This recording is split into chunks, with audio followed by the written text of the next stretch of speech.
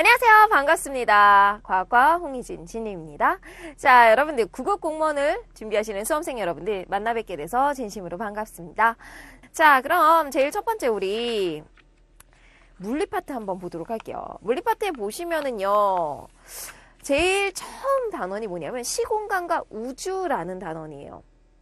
이것은 시공간, 시간이랑 공간을 함께 살짝 살펴보고 그 다음에 이제 운동과 관련된 내용들이 주를 이루게 될 거예요.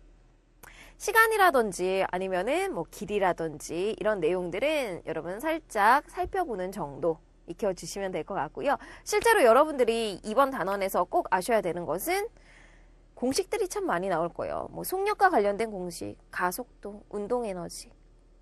자, 이런 여러 가지 공식들을 익히시면서 실제로 우리 문제를 풀어서 숫자를 대입해서 한번 계산을 해내는 가는 과정까지 익혀보셔야 될 것 같아요.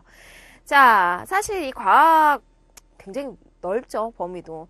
조금 더 좀 우리가 과학을 넓게 보면 사실 네 과목이 함께 합쳐져서 하나의 과목을 이루고 있는 것이죠.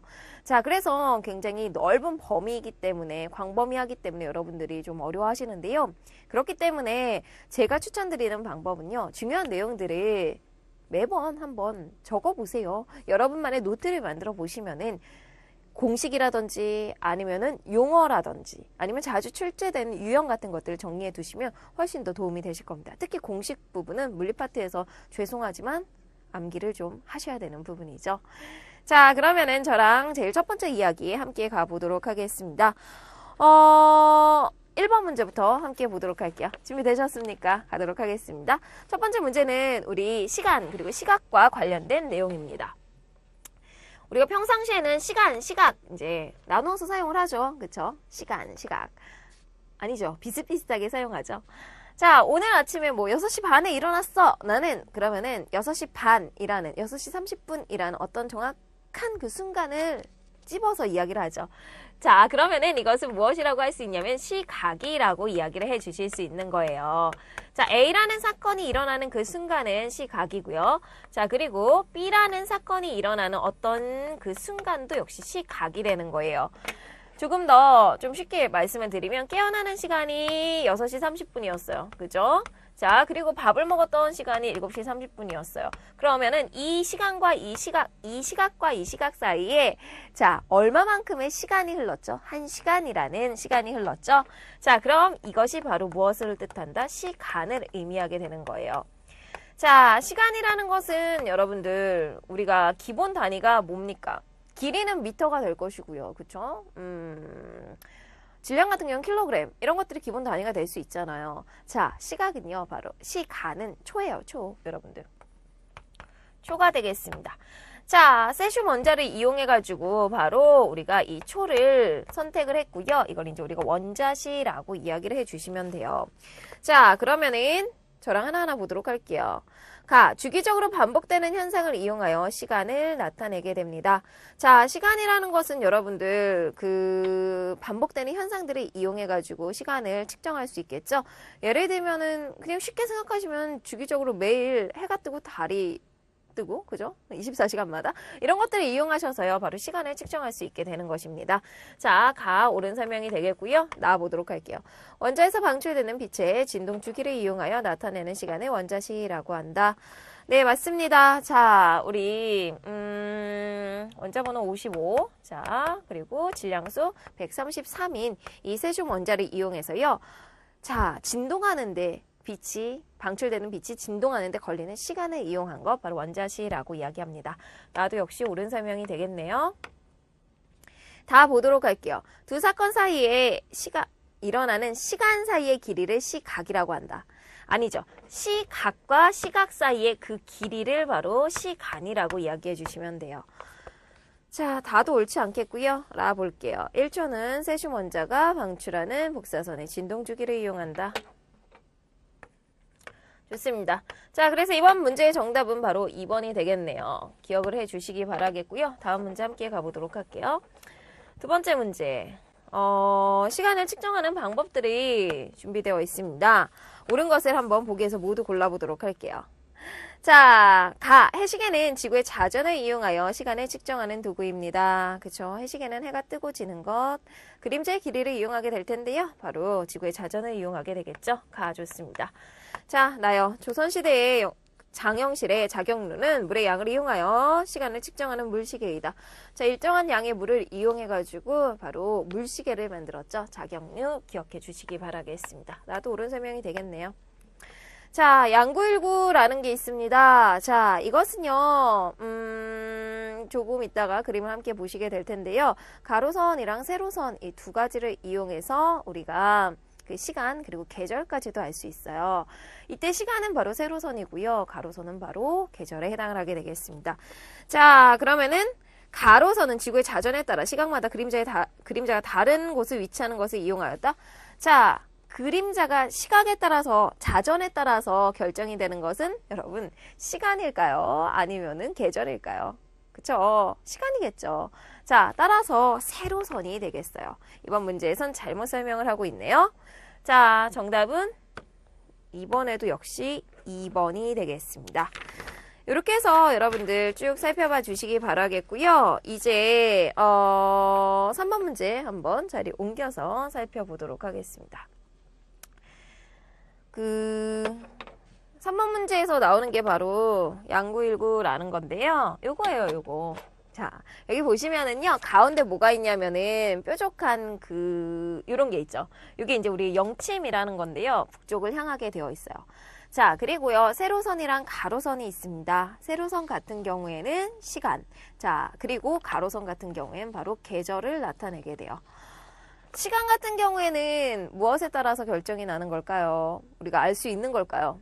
결정이라기보다는 자, 바로 하루의 움직임. 낮이 밤이 되고 밤이 낮이 되고 이런 것을 나누면 이것을 이제 우리가 하루 1시간, 15분, 30분의 개념이 되는 거죠. 이것은 바로 자전을 통해서 알 수 있는 반면 계절 같은 경우에는 1년을 주기로 나타나는 현상들이죠. 자, 1년을 주기로 나타나는 현상, 즉 공전을 기준으로 해서 우리가 알 수 있게 되는 겁니다. 자, 그럼 한번 보도록 할게요. 살펴보도록 하겠습니다. 지구가 자전함에 따라 시각을 알 수 있다. 자, 지구의 자전을 이용해서 살펴본다. 좋습니다. 옳은 설명 되겠네요. 가는. 자, 그리고 나는 지구가 공전함에 따라 계절이나 달을 알 수 있다. 좋습니다. 자, 계절이나 혹은 몇 월 달인지, 그죠? 자, 무슨 달인지 확인해 볼 수 있는 것, 바로 공전 때문에 나타나는 현상이 되겠죠? 다 보도록 할게요. 가로선은 시각선, 선 하나가 15분. 자, 세로선이 시각선이라고 얘기를 했죠. 세로선이 시각선이고요. 선 하나는 바로 15분을 뜻하게 됩니다. 굉장히 이제 한 시간에서 아니라 15분까지 쪼개져서 우리가 시각을 측정할 수 있는 도구에 해당을 하게 되겠네요. 자, 지구의 자전에 따라 그림자는 세로선의 다른 곳에 위치한다. 좋습니다. 자, 자전에 따라서 우리 아까 보기에서 옳은 설명이었잖아요. 자, 자전에 따라서 시각을 알 수 있는데 그 시각은 자전에 따라서 그림자의 위치가 세로선에 위치하기 때문이다. 라와 함께 연결해서 기억해 주시면 되겠네요. 자, 이번 문제의 정답은 그래서 3번이 되겠습니다. 이렇게 해가지고 여러분들 쭉 살펴봐 주시면 되겠고요. 이번에는 다음 문제, 4번 문제로 함께 가보도록 할게요. 자, 우선 지워놓고 자리를 이동해 보도록 하겠습니다. 4번 문제. 현재 사용하고 있는 1m에 대한 정의, 옳은 것을 생각을 한번 해보도록 할게요. 1m라는 것을 결정을 여러 가지 방법들로 해왔어요. 근데 지금 이제 우리가 거리는 이제 우리가 1m라는 이 기준 단위를 사용하고 있어요. 자, 이것은요, 바로 진공에서 빛이요, 2억 9천만 정도? 진동될 때. 자, 그 거리를, 그 시간을 이제 우리가 1m라고 표현을 하게 되겠어요. 자, 빛이 진공 중에서 2억 9천만 분의 1초 동안 움직인 거리. 이것이 이제 바로 우리가 1m다라고 표현한다. 실제로 그 숫자는요, 여러분 교재에 보시면은 2억 9,979만 2458 38초. 조금 복잡하긴 하죠. 자, 이만큼의 그 초 동안 이동한 거리를 우리가 바로 1m라고 정의를 하게 되겠습니다. 나머지도 한 번쯤 확인을 해 보시면 될 것 같고요. 정답은 그래서 4번이 되겠습니다. 빛이 이동한 거리를 바로 1m라고 표현을 했구나 라고 확인해 주시면 될 것 같아요. 자, 이제 다음 페이지 넘겨봐 주시면서요. 5번째 문제 한번 가보도록 할게요. 표준 시간대에 대한 설명으로 옳은 것을 한번 살펴보도록 하겠는데요. 여러분들, 이제 우리가 시간이라는 거를 나타내게 되는데, 여러분 이거 상식적으로 한번 생각해 보세요. 태양은 어느 쪽으로 가면 더 빨리 뜰까요? 동쪽으로 가면 빨리 뜨겠죠. 지구가 둥글기 때문에, 그쵸? 자, 동쪽으로 가면 더 빨리 떠요. 자, 근데요, 그 1도마다 4분씩 빨리 떠요. 대략적으로. 이 정도의 지금 빠르기가 있어요. 즉, 우리 지구를 봤을 때 각각이 시간이 다르다라는 거죠. 지금 우리나라가 낮이라고 막 미국, 뭐 프랑스 다 낮은 아니잖아요. 그쵸? 시간의 차이가 나타난 이유를 한번 생각해 보시면 되겠습니다. 자, 그럼 가부터 보도록 할게요. 가. 일본은 우리나라와 같은 표준 시간대를 사용한다. 자, 우리나라나 일본은요, 모두 다 동경 135도를 사용하고 있어요. 여러분, 일본 간다고 시간 안 변해요. 우리나라랑 지금 똑같습니다. 자, 좋고요. 두 번째 갈게요. 우리나라 동경 135도를 기준으로 하는 표준 시간대 사용하고 있죠? 나도 역시 옳은 설명이네요. 동경이, 자, 동경 125도인, 자, 이 도시에 태양이 남중하는 시각은 우리나라 시각으로 11시 20분이다. 잘 생각해 보세요. 우리나라가 여기 위치해 있어요. 그리고 우리나라 시간 기준으로 지금 풀어낼 수밖에 없습니다. 우리나라에서 태양이 남중하는 시간은 몇 시일까요? 12시죠, 뭐. 난 12시예요. 딱 정오일 때가 우리나라에서 그 남중을 했을 때요. 자, 근데 동쪽으로 가면 갈수록 어떻게 되냐면은 빨라져요. 1도당 4분씩. 4분씩 빨라져요. 그러면은 동경 지금 135보다 동쪽에 있으면 어떻게 될까요? 4분씩 빨라지는 거예요. 그래서 예를 들어서 동경 136이다 라고 하면은 4분이 빨라진 11시 56분에 이미 해가 떠 있는 거죠. 이런 개념이에요. 근데 지금 동경 125래요. 이건 어떻게 된 걸까요? 자, 느려져야 되겠죠. 4분씩 느려지니까 총 40분이 느려질 수밖에 없을 거예요. 그쵸? 자, 따라서 우리나라 시간으로 12시 40분에 태양은 남중하게 될 것입니다. 자, 문제에서 잘못 설명하고 있어요. 오히려 빠르게 설명하고 있네요. 정리해 주시면서. 정답은 가와 나. 그래서 2번이 되겠네요. 이렇게 여러분들 생각해 주시면 되겠고요. 이제 6번 문제 가보도록 할게요. 6번 문제는 계산 문제가 이제 나오기 시작을 하네요. 높은 곳에서 물방울 낙하시켰더니 3초 후에 바닥에 떨어졌다. 3초 동안 평균 속력이 14.6m/s다. 자, 바닥에 닿는 순간의 속력은 얼마입니까? 라고 나왔습니다. 근데 이거 그 공기 저항 무시해야 돼요. 공기 저항 무시한다라는 전제 조건하에서 우린 지금 풀어내실 수 있습니다. 자, 자유낙하입니다. 시작할 때는 속력이 제로가 될 것이고요. 떨어질 때 속력이 몰라요. 이걸 구하는 거군요. 근데 평균의 속력이 얼마냐? 14.6입니다. 지금 이 빗방울은요, 등가속도 운동을 하게 되겠죠. 등가속도 운동. 자, 그렇다면 등가속도 운동을 하게 되면은 자, 어떻게 될까요? 우선 처음 속력분의 등가속도 운동일 때 평균 속력을 구하는 공식이 있죠. 처음 속력 V0. 자, 그리고 나중 속력, 우리 나중의 속력 이렇게 표현을 할게요. 자, 이것의 합이 바로 평균 속력이 된다. 자, 그렇다면 평균 속력은 14.6이 나왔어요. 간단하게 계산하실 수 있겠네요. 이 제로, 처음 속력 제로가 되겠고요. 나중 속력 우리가 구해내고자 하는 것이네요. 자, 정확하게 2배가 나올 것 같네요. 자, 29.2가 나오게 되겠습니다. 자, 정답은 그래서 29.2m/s. 정답은 3번이 되겠네요. 등가속도 운동일 때만 사용할 수 있는 처음 속력 플러스 나중 속력 나누기 2 공식 기억해 주시기 바라겠습니다. 자, 정답은 바로 3번이 되겠고요. 다음 문제 가보도록 할게요. 7번 가보도록 해요. 이동거리와 변이, 크기가 같은 값을 가지는 경우를 살펴보도록 하겠습니다. 이동거리라는 의미랑 변이라는 의미는 방향이 추가되는지 추가되지 않는지에 따라서 결정이 되는데요. 방향을 생각 안 하면 이동거리고요. 방향까지 고려하면 변이에요. 그럼 여러분들 그냥 방향을 변화하지 않고 일직선으로 가는 운동은 이동거리랑 변이가 같을 수밖에 없어요. 자, 그렇다면은 원을 따라 운동을 할 경우 여러분 1번 보기에서 A라는 사람이 원을 따라서 한 바퀴 돌고 제자리에 왔어요. 이동거리는 이 원의 둘레겠지만 변이는 이 사람의 처음 위치와 나중 위치의 차이인 제로에 해당을 해요. 자, 이렇게 방향이 바뀌게 되면은 이동거리와 변이는 달라집니다. 자, 그렇다면 정답은 몇 번이 될까요? 4번이 되겠죠. 직선을 따라서 한 방향으로 운동을 할 때 바로 우리는 이것을 이동거리와 변이 같다라고 표현하게 되겠습니다. 자, 깔끔하게 기억을 해주시고요. 이제 다음 문제 가보도록 할게요. 8번 문제. A라는 도시에서 B라는 도시까지 거리는 약 180km이다. 차로 A에서 B까지 여행하는데 1시간 30분이 걸렸다면 평균 속력은 얼마입니까? 뭐 이거 어렵게 생각하지 마시고 속력이 기본 공식 있잖아요.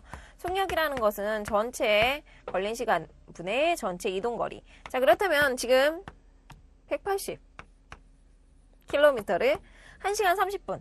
자, 그렇다면 여러분 1.5라고 계산해 주시면 되겠네요. 이렇게 계산해 주시면 되겠고요. 정답은 4번 120m/s가 되겠네요. 8번 문제는 간단하니까 직접 해보시고요. 9번 문제 가보도록 할게요. 9번에서는 상대 속도의 개념이 나옵니다. 움직이는 물체에서 다른 물체를 보았을 때 그 속도는 내가 움직임이 있기 때문에 상대적인 속도로 표현될 수밖에 없겠죠? 느껴질 수밖에 없습니다. 자, 그러면은 동쪽으로 30km/h를 달려가고 있습니다. 이 승객이 서쪽으로 40km/h로 달려가는 자동차를 본 상대 속도의 크기와 방향을 구해보도록 하겠습니다.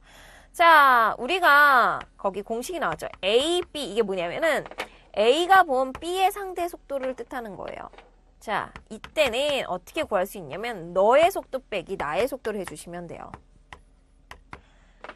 너의 속도 빼기 나의 속도. 근데 지금 그 B의 속도를 방향까지 표현해야 되니까 우리 A의 속도를 플러스로 넣을게요. 플러스 30.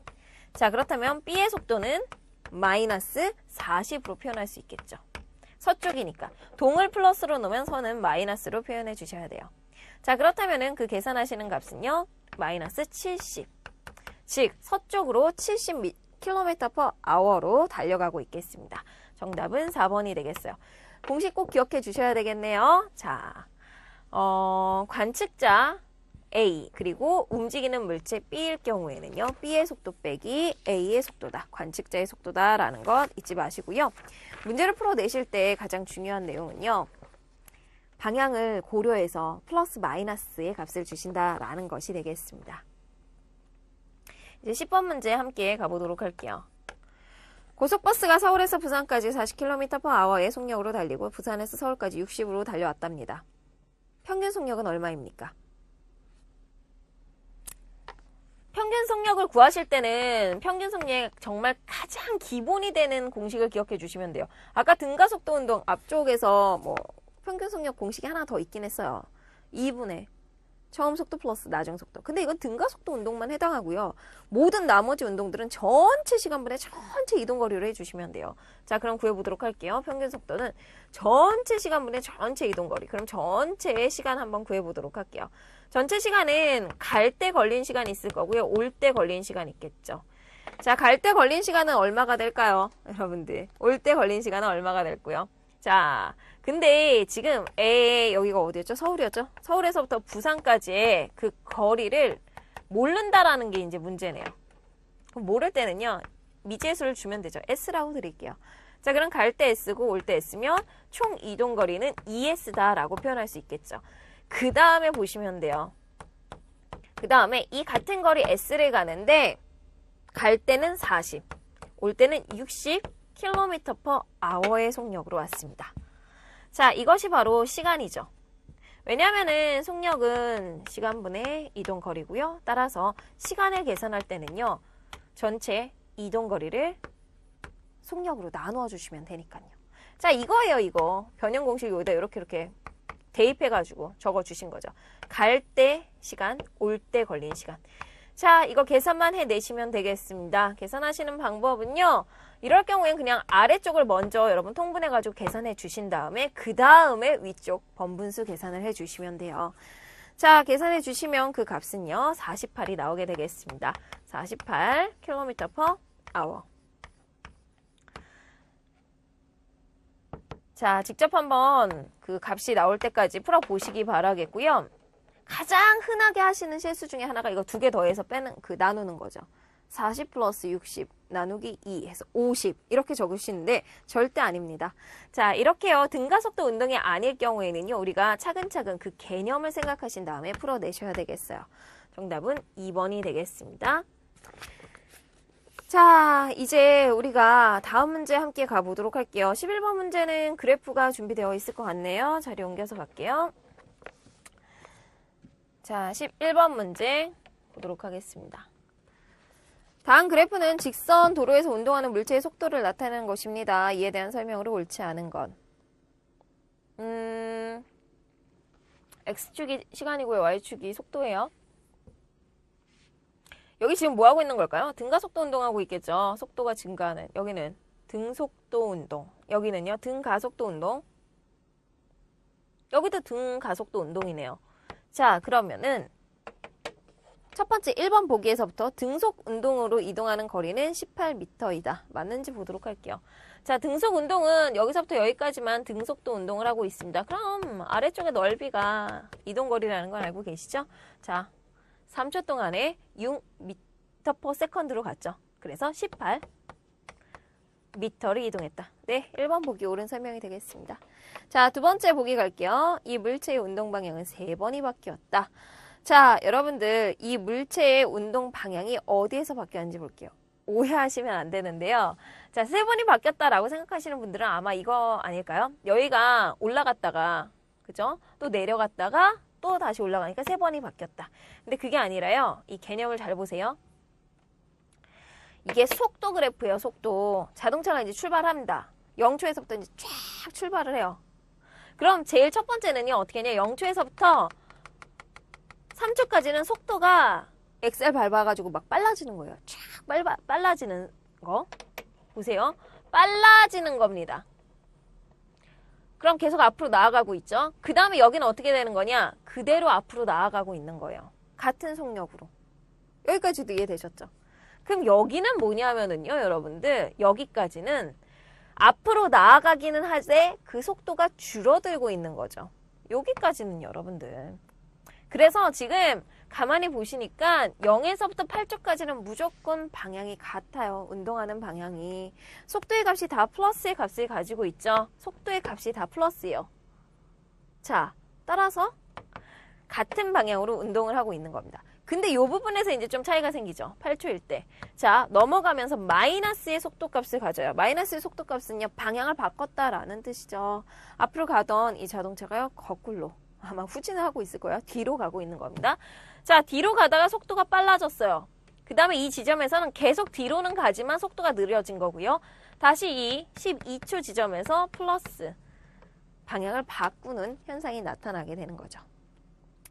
자, 그래서 이 물체의 운동은 3번이 아니라요. 2번이 바뀌었죠. 8초와 12초에서.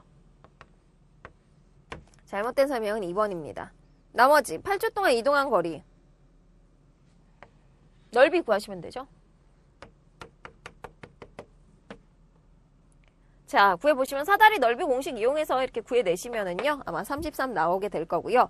6초일 때 위치와 10초일 때 위치가 같다. 이것만 좀 보시면 되겠네요. 자, 6초일 때 위치와 10초일 때 위치가 왜 같을지 생각해 보세요. 자, 그림으로 표현해드리면 자, A라는 어떤 물체가 지금 앞으로 나아가고 있습니다. 3초까지 빨라졌다가 3초까지. 자, 3초에서부터 6초까지 일정하게 갔다가 자, 그리고 6초에서 8초까지 속도가 느려져서 속도가 제로가 되는 순간까지죠. 8초까지. 자, 그 다음에 이제 8초에서부터 10초까지 생각할게요. 8초에서부터 10초까지는 거꾸로 되돌아오는 거예요. 거꾸로 되돌아오고 있습니다. 근데 지금 6초에서 8초, 8초에서 10초까지 이동한 거리는 아래쪽의 넓이죠. 이 넓이와 이쪽에 있는 이동한 거리는 서로 같아요. 따라서 되돌아오는 것도 같겠죠. 같은 위치에 있게 될 거예요. 자, 이게 개념이 어려우시면 직접 계산해 주시면 훨씬 더 쉽지 않을까요? 그쵸? 조금 귀찮긴 하시겠지만. 자, 실제로 몇 미터를 이동했는지 계산해 보시는 것도 좋은 방법 같습니다. 자, 그래서 이번 문제 정답은 2번이 되겠고요. 우리 12번 문제 여기다가 한 문제 풀면서 마무리 짓도록 할게요. 가속도, 지금 A로 등가속도 직선 운동하는 물체가 있습니다. 운동 속도가 V0, T초 동안 운동했습니다. T초의 속도는 얼마입니까? 등가속도의 운동 공식이 있어요. 근데 제 생각에 이거 막 달달달달 외우실 필요까지는 없으실 것 같아요. 자, 그러나 개념은 조금 알고 계시면 좋겠죠? 등가속도 일 때만 가능한 운동 공식이 있습니다. 첫 번째, 나중 속도는 어떻게 구할 수 있냐? 처음 속도에 플러스 AT예요. 즉, 가속도 곱하기 시간을 해주시면 되죠. 가속도가 시간에 따른 속도의 증가량이기 때문에 몇 초, 얼마만큼의 시간이 지났는지에 그 비만 더해주시면 돼요. 그리고 물론 여러분들 속도이기 때문에, 가속도이기 때문에 위에다가 화살표 표시해서 벡터 표현해 주시는 게 좋겠고요. 자, 두 번째 공식은 무엇이냐면요. 이동거리를 구할 수도 있어요. V0t 플러스 2분의 1 AT 제곱. 이것은 그 변이를 우리가 살필 수 있는 식에 해당을 하게 되겠습니다. 세 번째는요. EAS는 V0 마이너스 V0의 제곱. 자, EAS는 V의 제곱 마이너스 V0의 제곱. 나중 속도의 제곱, 처음 속도의 제곱 빼주시면 돼요. 3번 공식 같은 경우 여러분들 언제 쓰면 굉장히 좋으냐면 시간이 없을 때 사용하면 되게 쉬워요. 사실은 시간이 없을 때 사용하기 위해서 1번식과 2번식을 결합해서 변형 공식을 만들어낸 거거든요. 자, 시간이 포함되어 있지 않을 경우엔 3번식을 이용해 주시면 되겠네요. 그럼 우리 문제 한번 보도록 할게요. 이 물체가 속도 T초 후의 속도를 물어봐요. 그럼 이건 뭐예요? T초 후의 속도를 물어보는 거네요. 제일 첫 번째 우리 기본이 되는 공식을 물어보고 있습니다. 자, 정답은 바로 1번이 되겠습니다. 다시 한번 적어드리면서 마무리 짓게요. 나중 속도는 어떻게 구해낼 수 있다? 바로 V0 처음 속도 플러스 증가량. 자, 가속도 곱하기 시간량만큼 더해주시면 바로 나중에 속도를 구해내실 수 있게 된답니다. 자, 12번의 정답 1번 마무리 지으면서 저랑 이제 인사드리면 되겠네요. 우리 이제 13번 문제부터는 뭐 관성과 관련된 내용도 쭉 나오게 되는데 다음 시간에 함께 해주시면 될 것 같고요. 그래프 해석하는 문제들 너무나 자주 나오고 있습니다. 문제들에서 많이 접해보시면서요. 그래프 해석하는 방법 익혀주세요. 자, 그래프는 뭐 시간 속도 그래프, 시간 가속도 그래프인지 뭐 시간 힘인지. 자, 여러분들 X축과 Y축을 살펴보는 것이 가장 핵심이에요. 그래야지만 문제를 풀어낼 수 있겠고요. 그때 기울기가 뜻하는 것, 그때 뭐 밑 넓이가 뜻하는 것이 무엇인지 꼭 체크해 보시기 바라겠습니다. 고생하셨고요. 저랑은 여기서 인사드리고 다음 시간에 다시 뵙도록 하겠습니다. 수고 많이 하셨습니다. 안녕히 계세요.